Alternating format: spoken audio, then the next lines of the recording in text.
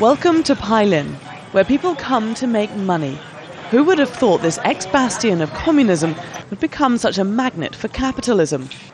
Pailin's population has tripled in the last decade.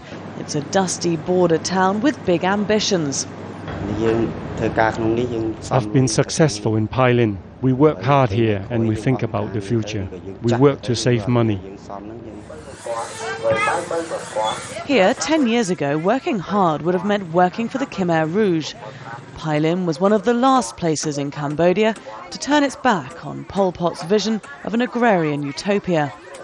Now it's eager to be rid of that label, and with the decline of a profitable industry in gemstones, it's on the lookout for new opportunities.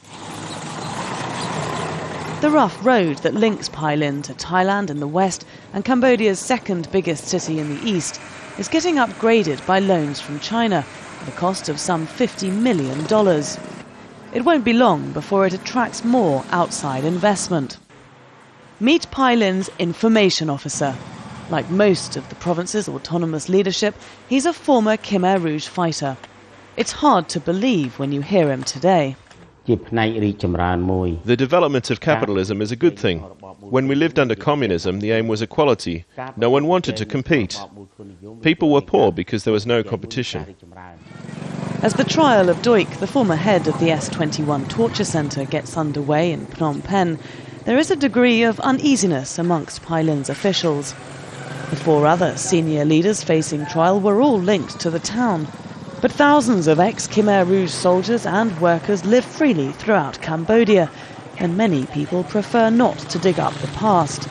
Pailin is full of former members of the Khmer Rouge, but there's little interest in the trials. People are much more focused on their daily lives, of getting their produce sold in the markets, getting enough money to send their kids to school.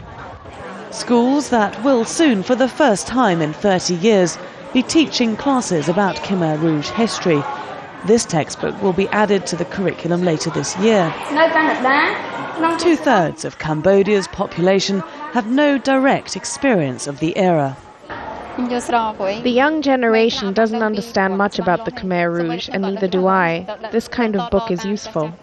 With so many older Cambodians focused firmly on the future, it'll fall to this generation to learn from the ghosts of the past.